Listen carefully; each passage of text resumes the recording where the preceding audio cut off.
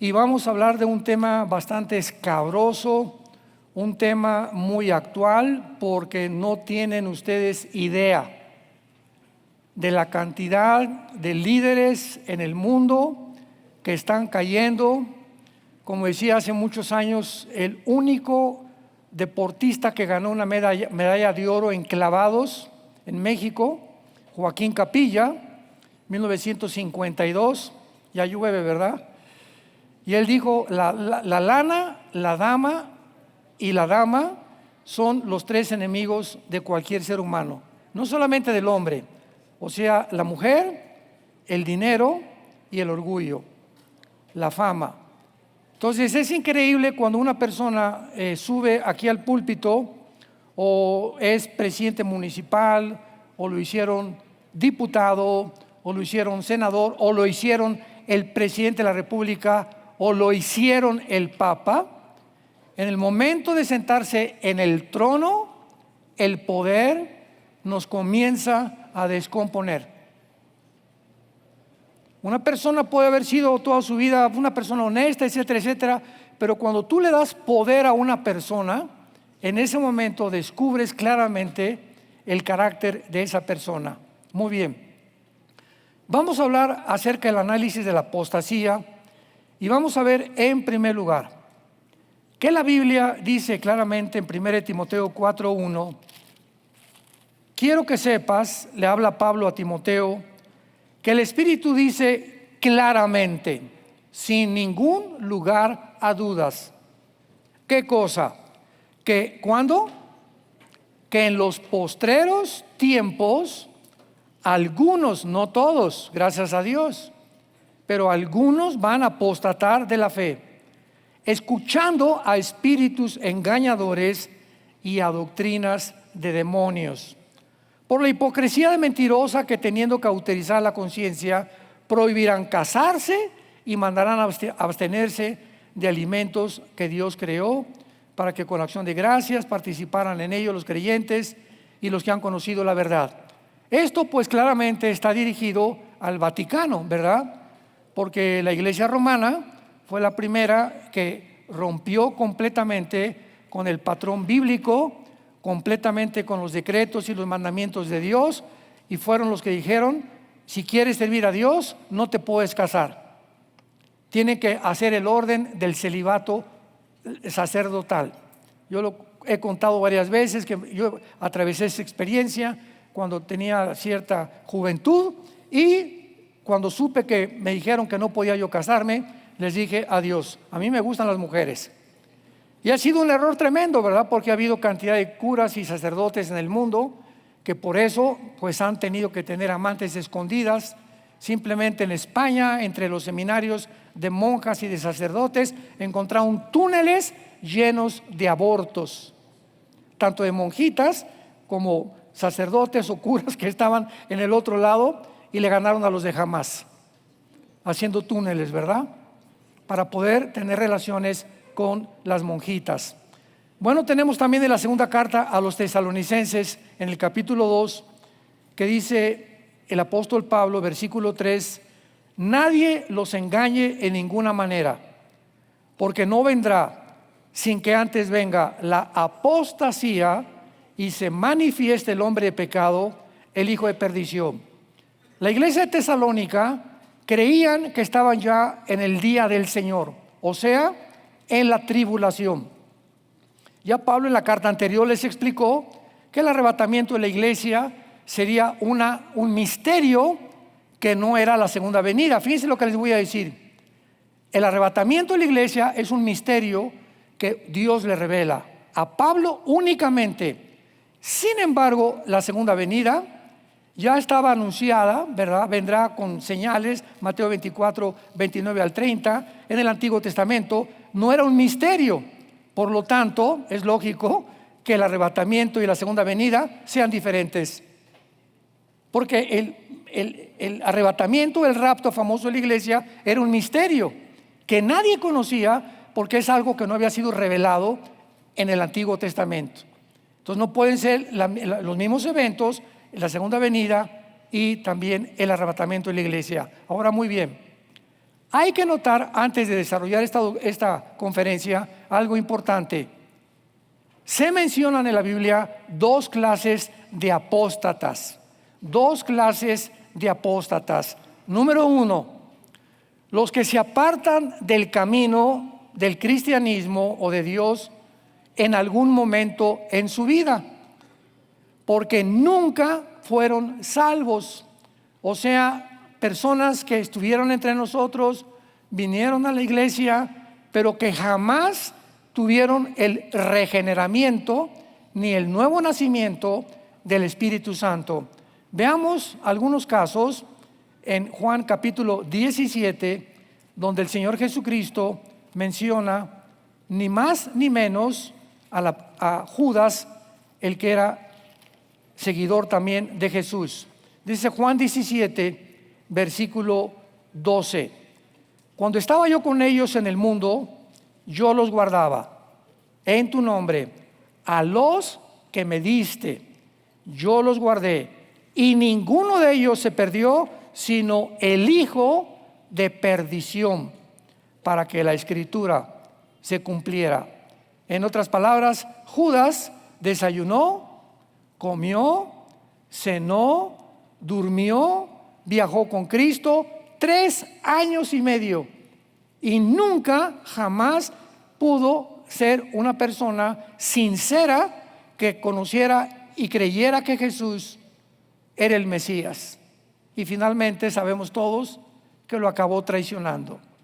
Entonces Judas nunca fue salvo.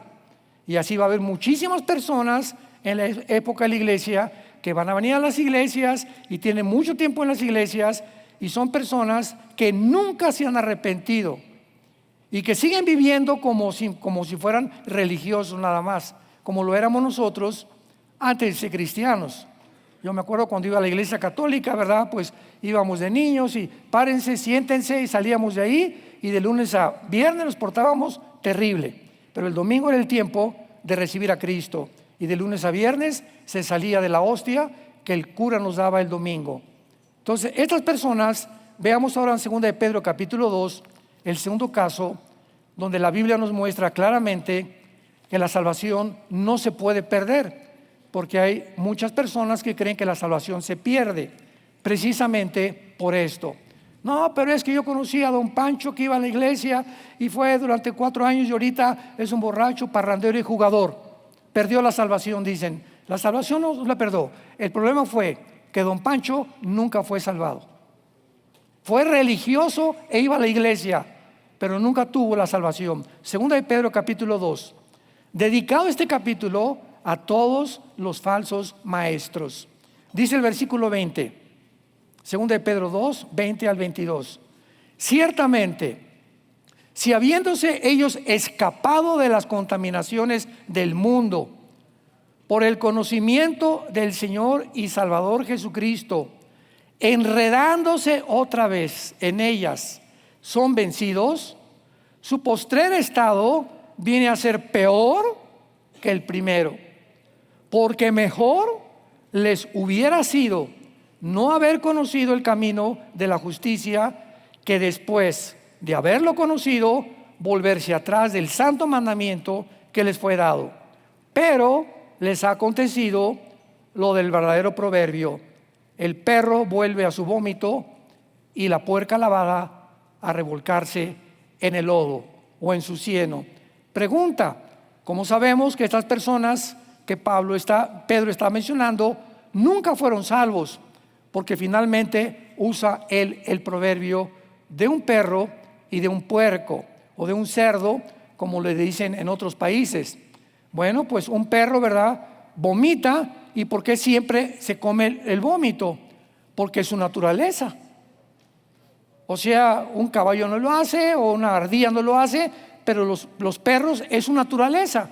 ¿Por qué al puerco? Oink, oink, oink, oink, oink, lo sacas del lodo, le pones Chanel, lo bañas con champú, oink, oink, oink, regrésalo otra vez, porque es su naturaleza, es puerco. ¿Qué nos está diciendo Pedro? Estas personas son semejantes, su naturaleza nunca fue cambiada. Por eso su estado es peor y regresaron al estado peor que cuando comenzaron a tener el conocimiento, supieron que Cristo era el Salvador, que Cristo salva, que Cristo murió, pero nunca, nunca, nunca se arrepintieron. Y desgraciadamente muchas iglesias son culpables de esto, porque ya no se predica el arrepentimiento. Ya no se predica el arrepentimiento, ahora se trata de entretener. Muy bien, ahora veamos la otra clase de apóstatas, muy importante. O sea, cristianos que se apartan del camino temporalmente. Conozco a cantidad de casos y ejemplos como estos.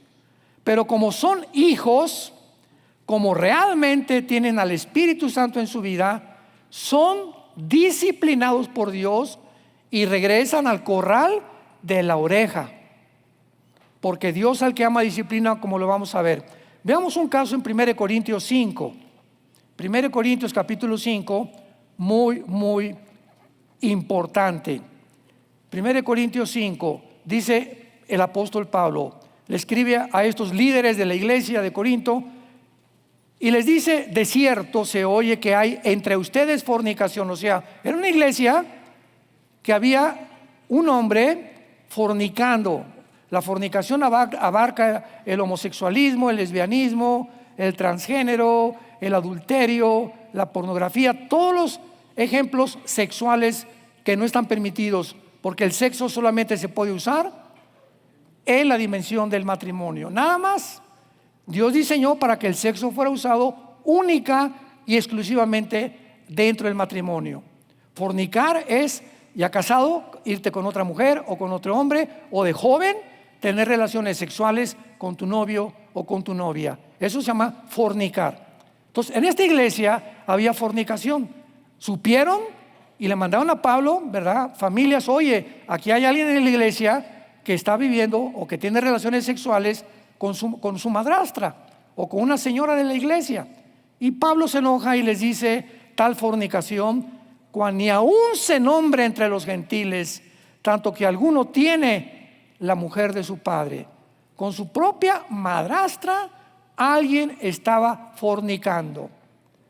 Y ustedes, les escribe Pablo, están envanecidos.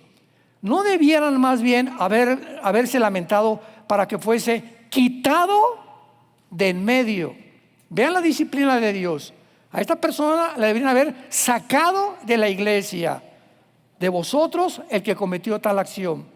Ciertamente yo, dice Pablo, como ausente en cuerpo, pero presente en espíritu, ya como presente juzgado al que tal cosa ha hecho. En el nombre de nuestro Señor Jesucristo, reúnanse ustedes y mi espíritu con el poder de nuestro Señor Jesucristo, y el tal sea entregado a Satanás para destrucción de la carne, a fin de que el espíritu, ¿qué cosa?, sea salvo en el día del Señor Jesús. La orden que tenían los líderes de esta iglesia es: esa persona, quítenla de en medio, sáquenlo de la iglesia, y el momento en que alguien sale fuera de la iglesia, queda en manos de Satanás. No es que aquí sea la iglesia, porque la iglesia somos nosotros, pero cuando alguien es apartado de la comunión de los santos, ¿con quién vas a tener comunión? Con tu compadre que se emborracha en la cantina, ¿verdad? Con familiares tuyos que no son cristianos, que ven pornografía, que te ríes de los chistes de ellos, y te regresas al mundo de donde Dios nos sacó.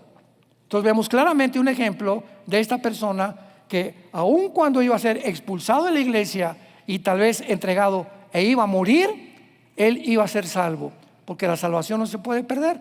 Y al llegar al cielo, pues ya Dios se encargaría en el tribunal de Cristo, ¿verdad? Que es el tiempo en el que vamos a estar cuando esté la tribulación en el mundo, cómo vamos a ser recompensados, y muchos van a ser avergonzados, y muchos, cuando regresemos a morar en el milenio, van a ser como soldados rasos nada más.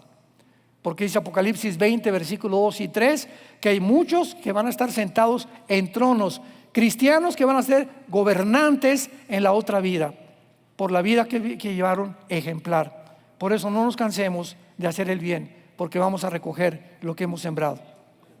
Y vean ustedes finalmente en Hebreos 12, ya algo mucho más claro. Recordamos que la Biblia es una revelación progresiva. Tenemos que juntar varios pasajes, varios versículos. Hebreos 12, versículos 5 al 8. Ya han olvidado la exhortación que como a hijos se os dirige diciendo: Hijo mío, no menosprecies la disciplina del Señor, ni desmayes cuando eres reprendido por Él, porque el Señor al que ama disciplina y azota al que recibe por hijo. Si soportan la disciplina, Dios los trata como a hijos, porque ¿qué hijo es aquel a quien el Padre no disciplina? Pero si se les deja sin disciplina, de lo cual todos han sido participantes, entonces son bastardos y no son hijos.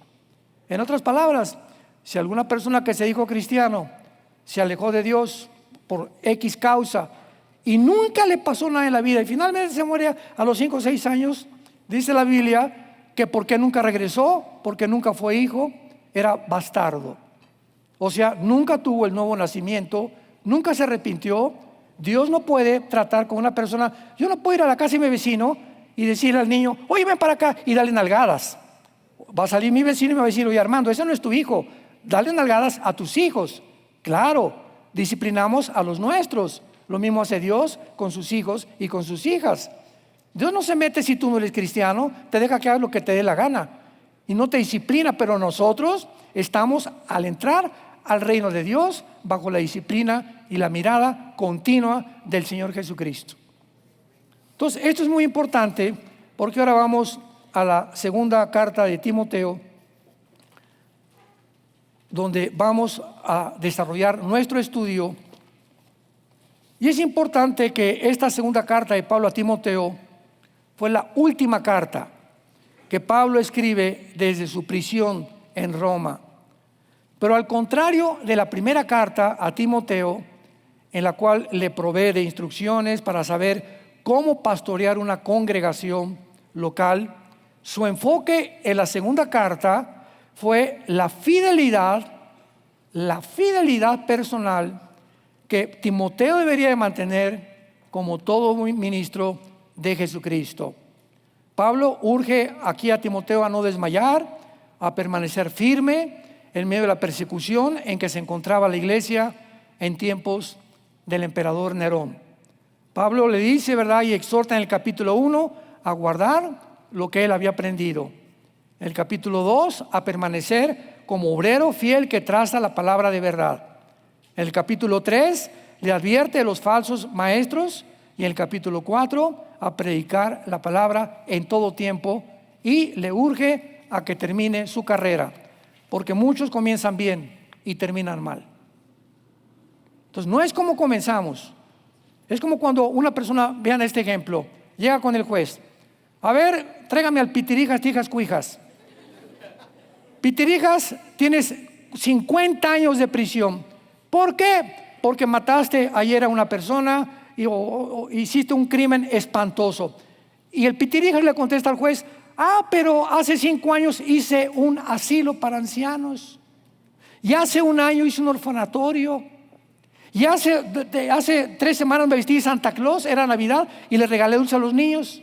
¿Qué le contesta el juez? Mira, no importa lo que hayas hecho antes, lo que hayas hecho antes está borrado, te condeno por lo que hiciste ayer.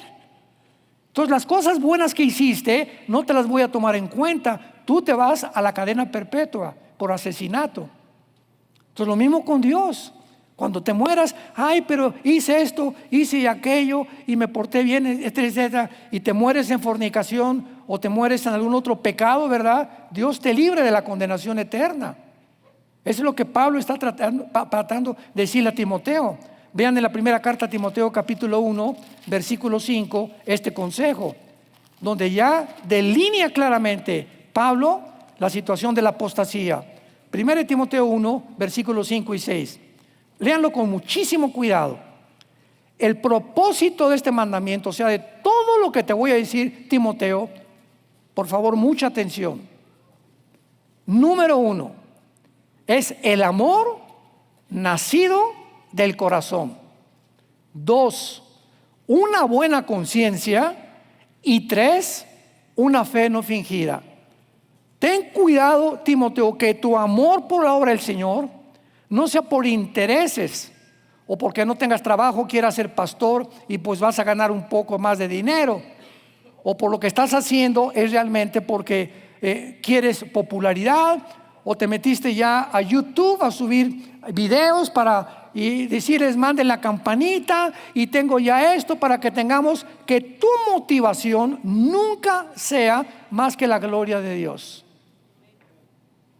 El amor nacido del corazón. Porque hay personas que aman más el dinero, más la publicidad, más la popularidad.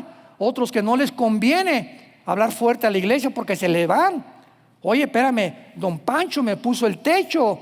El techo costó 10 millones de pesos y me acaban de decir que don Pancho está en adulterio. ¿Y ahora qué le digo? ¿Cómo le hago con don Pancho? Oye, vieja, fíjate que don Pancho nos puso el techo y si lo acuso y los echo fuera, como dice la Biblia, ¿nos va a quitar hasta el techo? Pues un pastor que hace eso se ha vendido, se ha prostituido su llamado, porque está poniendo de por medio los intereses a lo que la Biblia dice que tiene que hacer. Yo siempre les he dicho a mis pastores, siempre que tomemos una decisión drástica como las que hemos tomado durante muchos años, nunca tengamos miedo de la respuesta de la gente si la palabra de Dios nos ha guiado. No tengamos miedo de cómo van a reaccionar, qué van a pensar. Nos debe intentar cómo va a reaccionar Dios, como en Corinto, que se vendieron los líderes de la iglesia. Debían haberlo echado fuera y no lo echaron. Pues ahora sáquenlo, porque viene Satanás por él. Entonces, todas estas cosas son importantísimas. La buena conciencia. Tenemos que, la conciencia, la palabra con dentro, ciencia, conocimiento. Tenemos dentro una voz, dentro que es el Espíritu Santo, que yo tengo que acostarme cada noche con mi conciencia tranquila. No le debo nada a nadie. Si a las 5 de la tarde me peleé con mi esposa y me acuesto y no le he pedido perdón, no voy a dormir bien. Porque si tengo mi conciencia limpia, me va a comenzar a decir, levántate y pídele perdón a tu esposa. Pero si me acuesto y como si nada, y al otro día tampoco le pido perdón, es porque mi conciencia comienza a cauterizarse por mi orgullo. Y comenzamos a matar la conciencia como cristianos cuando nos acostumbramos al pecado. Mantén una buena conciencia, es importantísimo. Y en tercer lugar, una fe no fingida. ¿Cuántas personas, verdad, entran al ministerio? Lo vamos a ver a través de esta conferencia. Con una fe fingida, tienen cara de santos, tienen cara de, ya mejor me reservo el nombre. Muy bien, vayamos ahora a la segunda carta de Timoteo y veamos la descripción de la apostasía.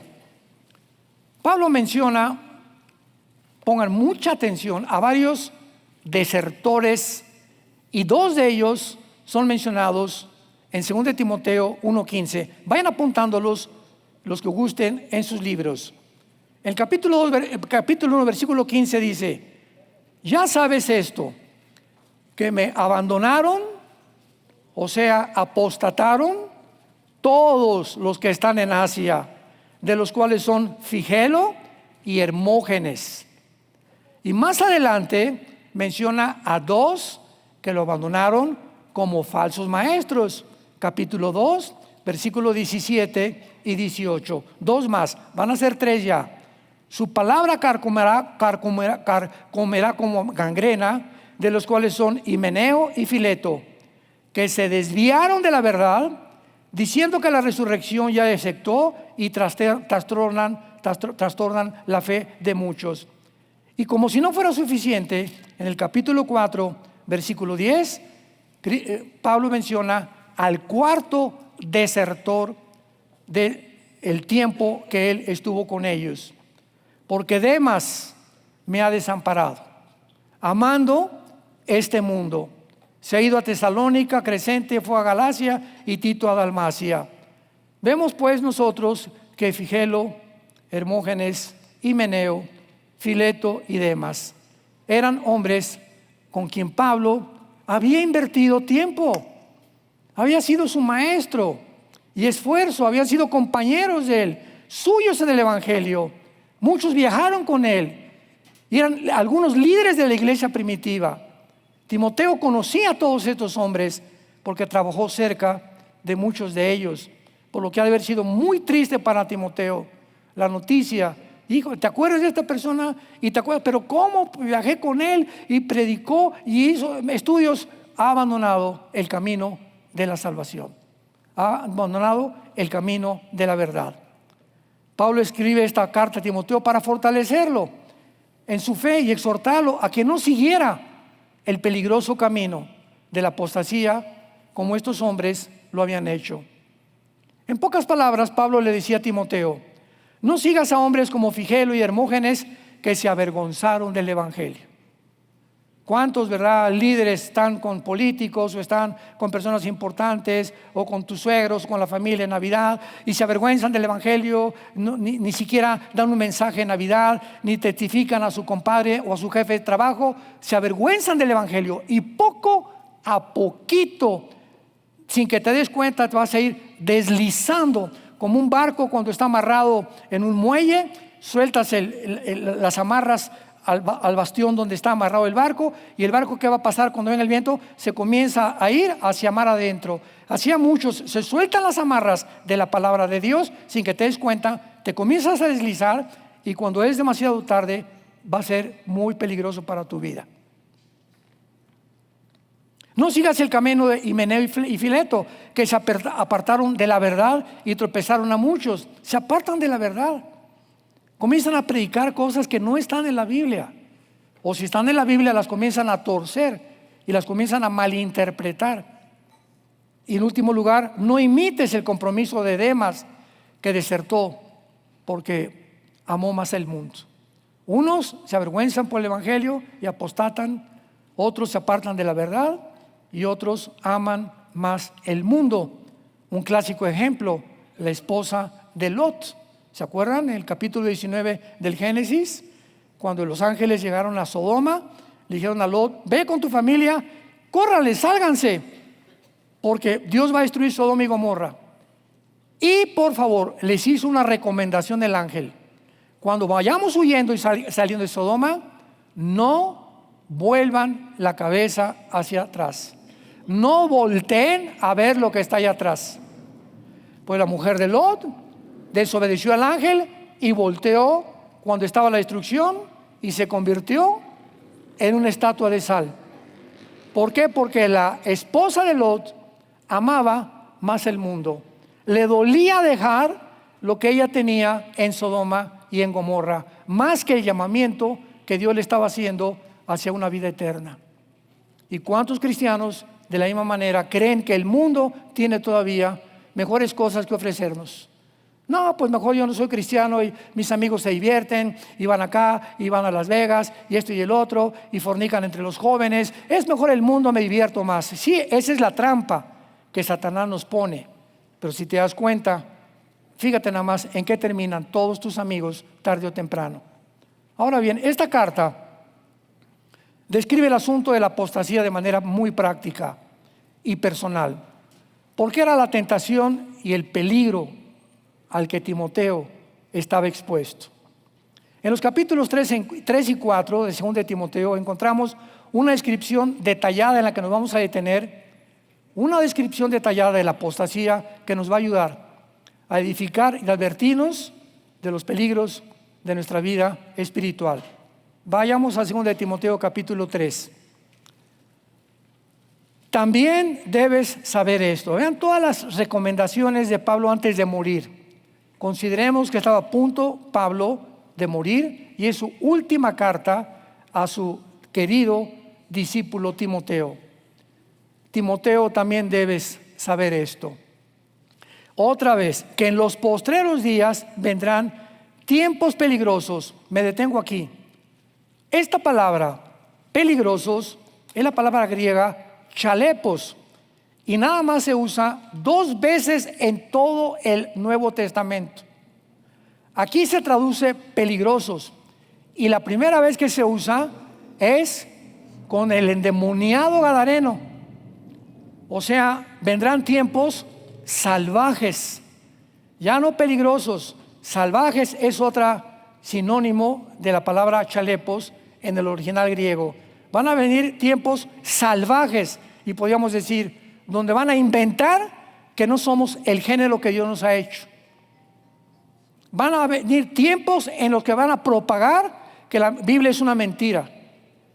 Van a venir tiempos en que todos los gobernantes del mundo van a ser poseídos por demonios, y va a haber una conflagración nuclear como el mundo jamás la ha tenido.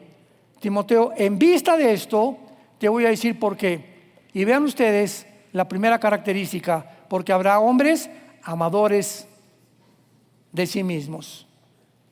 Qué importante es lo que está diciéndole Pablo. Habrá hombres amadores que solamente van a estar interesados en mi persona, mi yo. No me importan mis hijos. Si me hacen senador, aunque me ofrezcan esto, me hacen diputado, o soy artista, no me importa, voy a tener muchas mujeres. No me importa nadie. Yo solamente quiero, como Superman, subir a la cima, ser popular, que la gente me admire, que la gente me respete. No me importa ni mi mamá, ni mis hermanos, no me importa nadie. Llego a mi casa, no me importan mis nietos tampoco. Voy de vacaciones, mi trabajo, ni a la playa me meto con mis nietos. No disfruto nada porque estoy enjaulado en mí. Me amo. Pregunta: ¿amas a alguien? No me contestes. ¿Amas a alguien? ¿Hay alguien en tu vida en la que estás dispuesto a sacrificarte por ella o por él? ¿Tienes algo en la cual puedes decir: me cuesta trabajo amar a mi esposo, a mi esposo, pero voy a anteponer lo que yo siento? La palabra me dice que mi esposa es mi esposa y tengo que estar con ella, y voy a sacrificarme, y voy a ayunar, y voy a pedirle a Dios que haga un milagro, porque no creo en milagros, para que me casé. Pero cuando amo más mis placeres y mi conveniencia en lugar que mi matrimonio, es cuando estoy apostatando. ¿Por qué? Porque me amo a mí. Mentiras que amo la obra de Dios, mentiras que amo la iglesia, mentiras que hablo a mi familia. Y en la carta que acabamos de leer nos damos cuenta, ¿verdad?, claramente, que siempre la raíz se encuentra cuando comenzamos a perder el temor de Dios. Salmo 25, versículo 2. Vamos a comenzar desde ahí. Y vamos a especificar qué es el temor de Dios. Salmo 25, 12. ¿Quién? Vean la pregunta. ¿Quién? Desde el cielo está Dios interrogando. ¿Quién es el hombre que me teme? ¿Quién?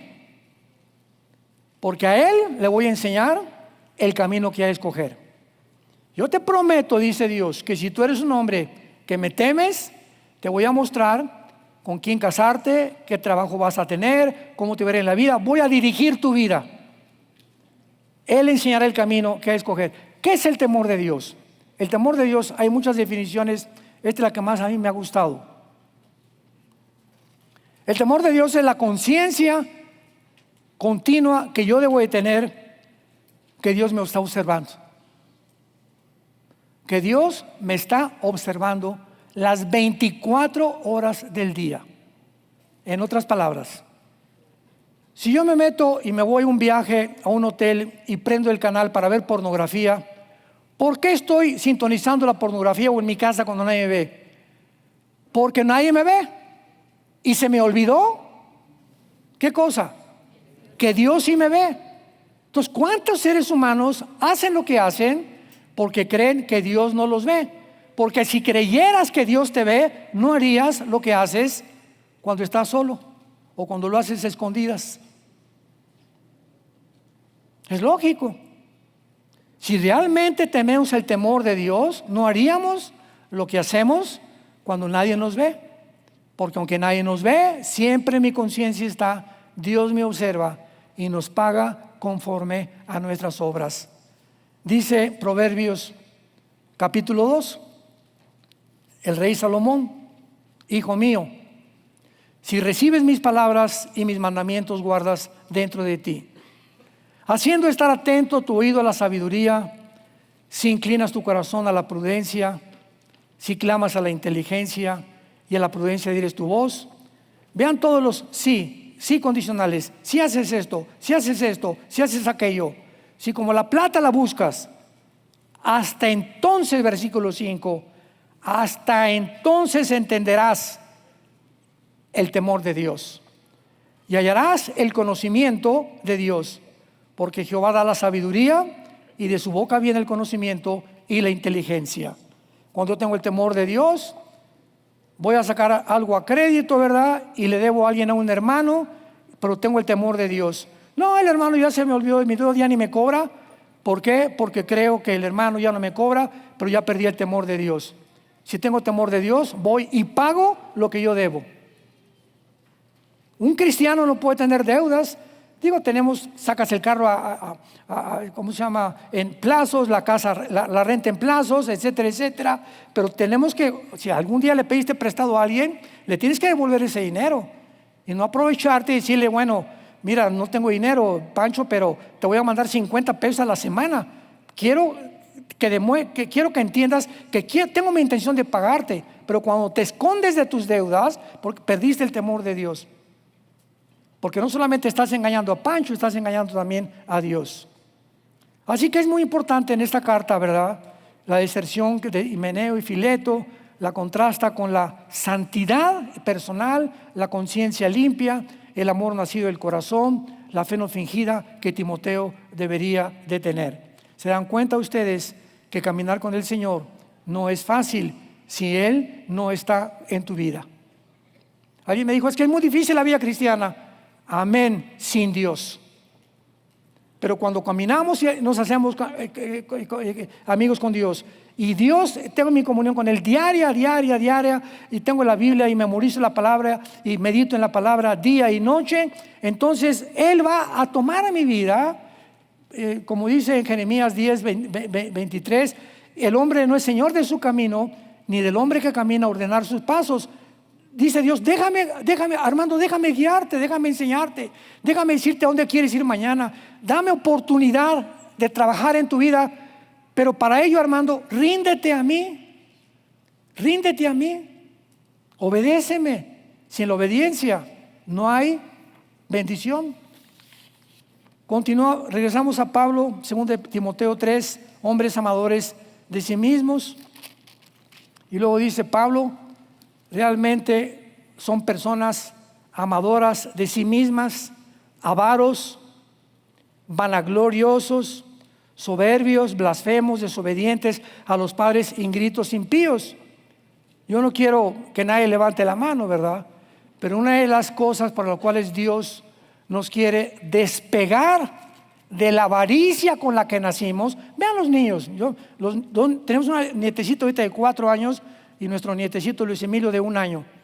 Y Luis Emilio, esto es mío, y le traigo algo a mi nietecita y se lo quita, ¿verdad? No, porque es mío, y si no es mío, tengo la ambición de querer quitártelo. Yo quiero siempre que todo alrededor, 5 o 4 niños, agarramos todos los juguetes. Desde que nacemos, estamos ambicionando controlar. Y cuando nacemos con esa tendencia, llegamos al cristianismo. Cuando estábamos en la iglesia, dábamos limosnas, ¿verdad? ¿Se acuerdan? Echábamos un peso ahí en la iglesia católica, la religión que íbamos, etcétera, etcétera. Y cuando venimos a Dios, ya vemos que ya no es el diezmo. El diezmo es del Antiguo Testamento. Ahora dice 2 Corintios 9, cada quien dé conforme a lo que naces en tu corazón. Dice Dios, mira, ya no te voy a decir cuánto me des, te lo voy a dejar a ti. Porque en la medida en la que tú me des, vas a medir tu termómetro espiritual conmigo. Y una de las cosas más horribles que hay en Latinoamérica, lo tengo que decir, es la avaricia. ¿Por qué prosperó Dios Estados Unidos?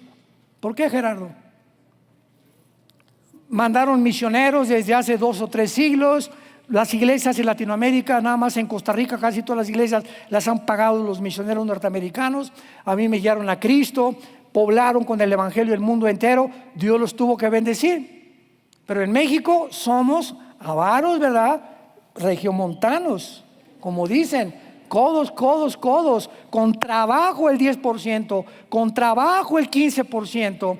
Y hay otro grupo de cristianos que se aprovechan e inflaron una herejía que se llama la doctrina de la prosperidad. No, y le dicen a la gente, ahorita pónganse aquí los de $1,000, los de $5,000, y todos ustedes van a ser sanados, o hacen campañas de sanidad ofreciéndoles sanidad por la forma en la que están dando, y comenzamos a vender el evangelio. Se fueron al extremo y abusaron de algo que es santo delante de Dios. Dice, hay hombres avaros, vanagloriosos, etcétera, etcétera. Vemos pues que en estos afectos, estas personas amadoras de sí mismas aman el dinero y los placeres más que a Dios. Cualquier motivación que proclamen lo hacen por razones egoístas. Su lujuria, su amor por el sexo opuesto y ambición superan su afecto y su amor por la iglesia de Jesucristo. Actitudes arrogantes, malagradecidos, vanagloriosos, algo que es muy importante. Llega, por ejemplo, fue el día el 15 de mayo que celebró en México. No levante la mano. ¿Cuántos de ustedes, a cualquiera de los pastores de ustedes, les dijeron, te mando a felicitar, hermano, porque es tu día? No ha sido una bendición en tu vida por haberme enseñado la palabra de Dios. No lo hacemos. Con trabajos el día de mamá, le regalan flores a la mamá. Y es el colmo, ¿verdad? Pero así somos malagradecidos por naturaleza. Llegamos a un lugar, a un restaurante, alguien paga la cuenta y te pagas, y como si no, oye, muchas gracias por tu invitación, qué rica la comida por haber invitado. No, ni siquiera las gracias damos. Creemos que nos lo merecemos. Y ese malagradecimiento va contra la Biblia. 1 Tesalonicenses 5, den gracias en todas las cosas, porque esta es la voluntad de Dios para vosotros. Tenemos que ser agradecidos con las personas que nos han ayudado, con los que te han bendecido, en tu familia, con tus hijos, con tus padres. No importa lo que sean tus padres, sea agradecido toda tu vida y Dios te lo recompensará. Y estas acciones también incluyen las obras. Dice aquí en el versículo del 6 al 9, porque de estos, o sea, de toda esta línea de calificativos que se les dan, son los que se meten en las casas y llevan cautivas a las mujercillas cargadas de pecados, arrastradas por diversas concupiscencias.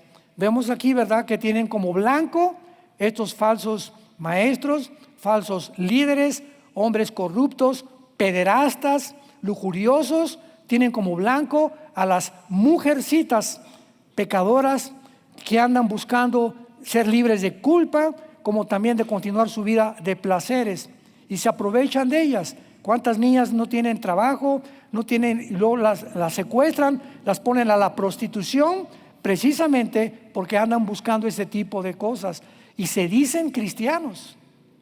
Ya no quiero nombrar personas que conozco yo que fueron capturados, están ahorita en la cárcel en Estados Unidos porque tenían iglesias y las dedicaban al tráfico de niños.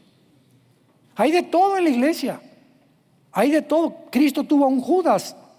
Entre nosotros no todos tienen cara de San Anselmo.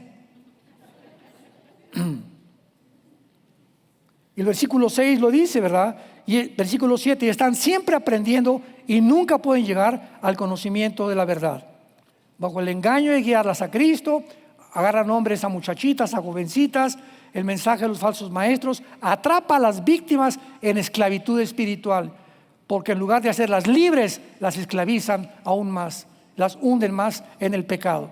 Ten cuidado de todos ellos. Y finalmente se nos dan algunos consejos para la apostasía. ¿Y cuáles son los remedios que tenemos para la apostasía?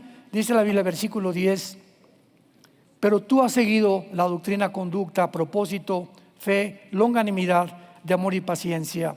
Pablo comienza entonces a decirle a Timoteo las características y los consejos que él debería de tener.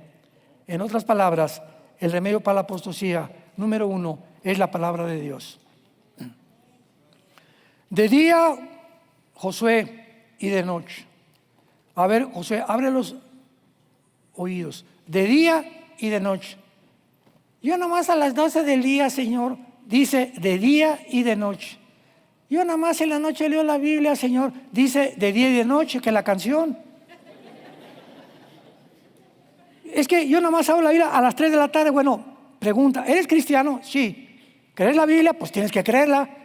¿Por qué no lo obedeces? ¿Por qué no lo obedeces?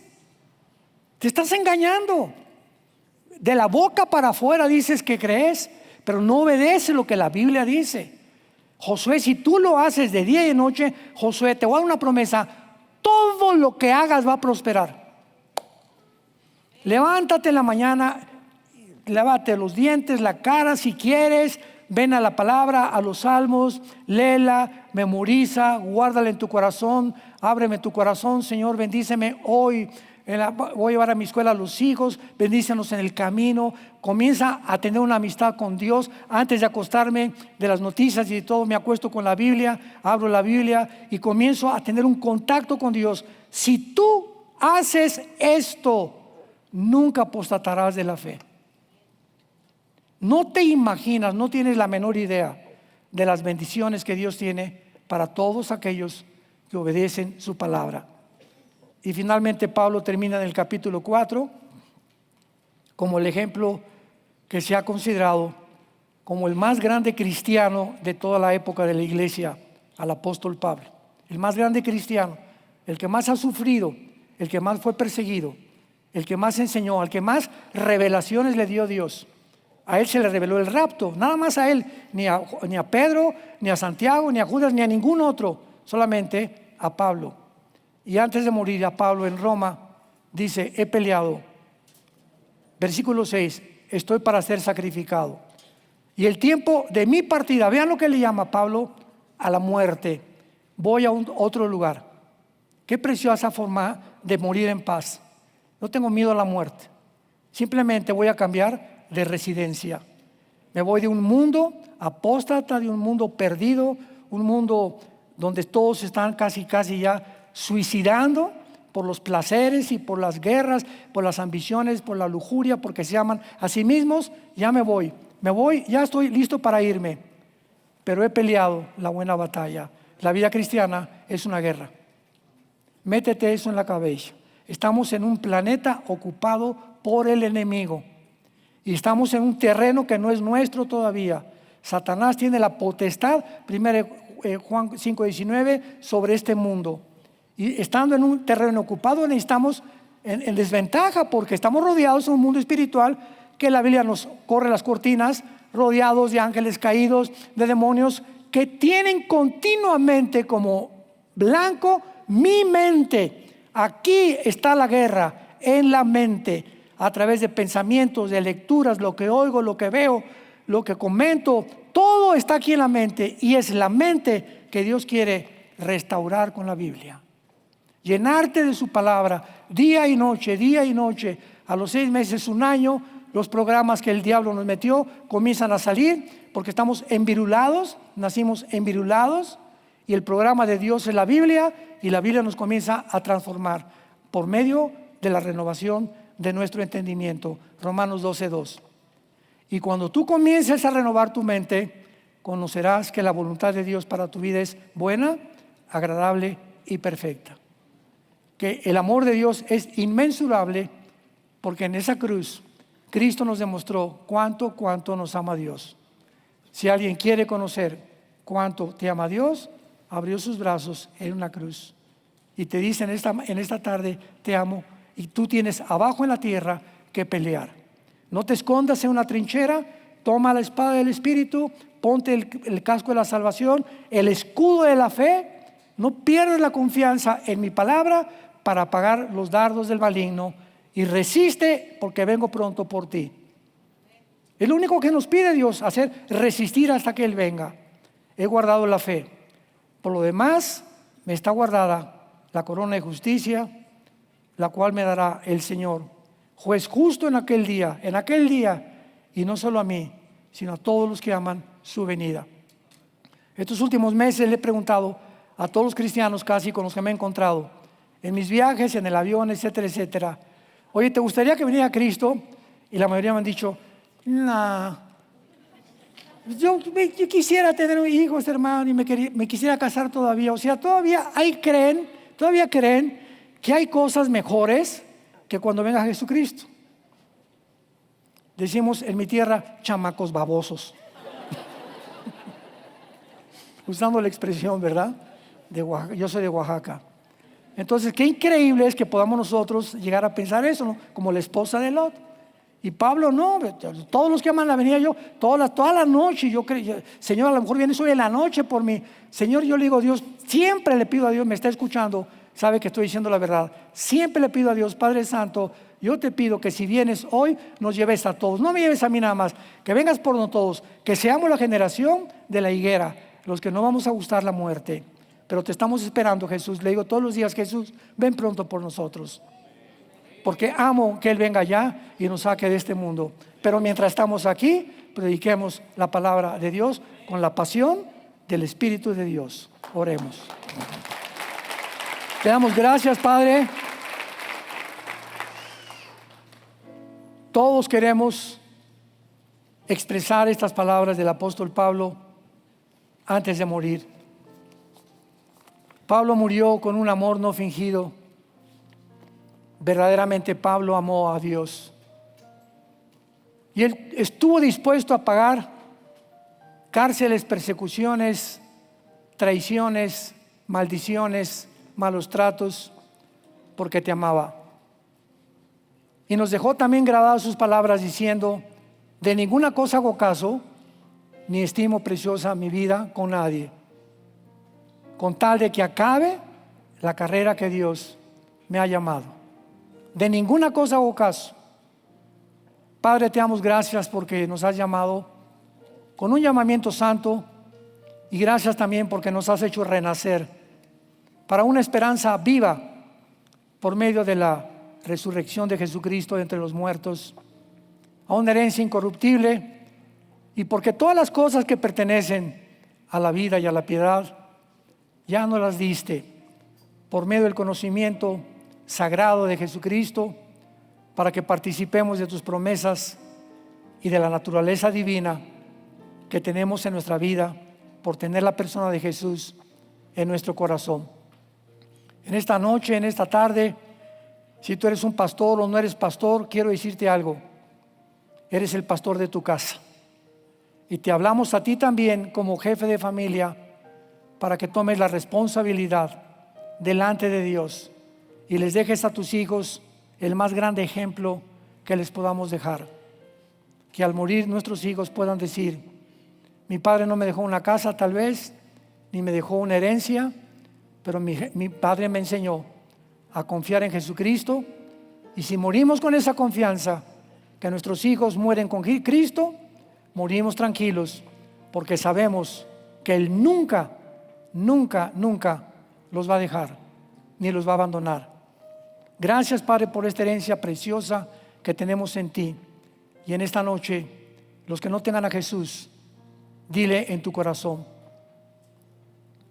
Señor, te necesito. Creo que en esta cruz pagaste por mí. Ya no quiero seguir viviendo en pecado, y reconozco que yo no tengo el poder para poder dejar el pecado. Por eso vengo a ti, para que tú entres a mi vida y me des ese poder y me ayudes a cambiar mi manera de vivir, porque quiero ahora vivir la corta vida que me queda para conocerte, servirte y adorarte en espíritu y en verdad. Porque te doy las gracias por esa sangre hermosa que derramaste y por tu resurrección de entre los muertos. Te lo pido en el nombre de Jesucristo. Amén. Preciosa Biblia, maravillosa palabra de Dios. Los cielos pasarán, pero la palabra permanecerá. Ahorita todo se está derrumbando: el comunismo, la ideología, las monarquías, la democracia, el capitalismo, todo a nuestro alrededor se está derrumbando, todo, las religiones. Y nunca como antes, la verdad inconmovible que nos sostiene, la Biblia, con los principios más profundos de ética y de moral que Dios nos deja como seres humanos para vivir y conocer lo que es verdaderamente vivir para Dios. Qué maravilloso que tú puedas en esta noche haber aceptado a Jesucristo en tu corazón.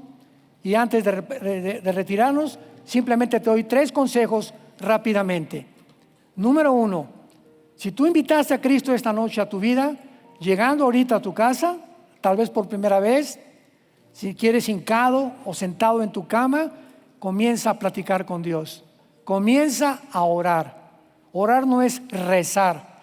Rezar es, Padre nuestro que estás en los cielos, Santa María, Madre de Dios. Esos son rezos. Que mejor compre un perico, ¿verdad? Y que lo diga por mí y Dios me oye. Es decirle, Padre, en esta no sé qué ha sucedido, pero yo me acuerdo que fue lo primero que le decía a Dios. Oye, me decían Armando, que ya no quieres ser guerrillero, que ya no eres ateo. Miren, no puedo decirles nada. Una cosa les digo, que Jesús vive en mí. Descubrí que Jesús vive. Ese es el testimonio con el que comenzamos. Él vive y ha entrado a mi corazón. ¿Quieren saber más? Les decía, vengan, acompáñenme a la iglesia y oigan al pastor. El domingo va a predicar también él. Entonces comienza a orar, Padre, ahorita en la noche, antes de cenarte el pozole y las pizzas, Padre, por primera vez agarras a tu esposa, a tus hijos, gracias por este pozolito, por esta, iba a decir caguama. Poco de humor, ¿verdad? No, de ninguna manera. Gracias, Señor, en el nombre de Jesús. Y siempre es en el nombre de Jesús. ¿Cuándo distingues a un cristiano de un religioso? El religioso, vean en el cine, gracias por estos alimentos, amén. Cuando dicen en el nombre de Jesús, solamente los cristianos. Número 2, dedica tiempo a la Biblia. Y número 3, platícale a alguien, tal vez hoy en la noche, agarré el teléfono, mamá, ¿qué crees? Fui a una conferencia y he descubierto, nada más dile eso, que Jesús vive. ¿Cómo, mijito? ¿Qué estás diciendo? O a tu novia, o a tu suegro, o a tu tío, o a tu hermano, ¿qué crees? Que esta noche he descubierto que Él vive. Es lo único que te puedo decir. Quiero saber más de Jesús y he decidido seguirlo. Y muy pronto nos veremos todos nosotros allá arriba, dándole gracias por tan grande sacrificio. Que Dios los bendiga.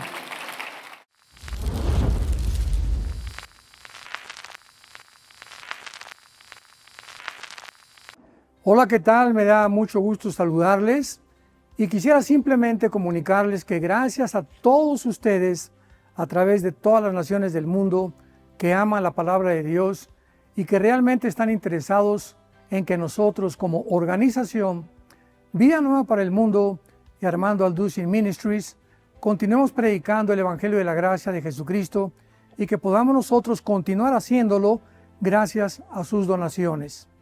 Este año cumplimos 46 años de ministerio, 46 años donde hemos predicado, hemos enseñado, hemos tenido seminarios y de diferentes formas de estudios bíblicos alrededor del mundo y hemos pensado y considerado de una forma fiel el Evangelio de la sana doctrina de Jesucristo. Nosotros, con todas estas donaciones, tenemos que sostener pastores, misioneros, obras, equipos de televisión, y aún continuamos buscando la manera de poder elevar este ministerio. Hasta este momento quiero que ustedes estén enterados que no tenemos una sola propiedad como organización y así hemos trabajado durante 46 años porque le damos la importancia a la evangelización, a las misiones y también a los hombres de Dios para levantar más pastores.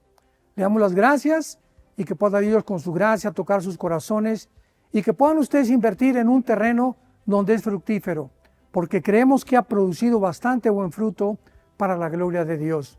Gracias, muchas gracias por sus aportaciones y por las donaciones que sabemos ustedes continuarán haciendo para que podamos continuar siendo fieles en la predicación del Evangelio de la gracia de Dios. Que Dios les bendiga.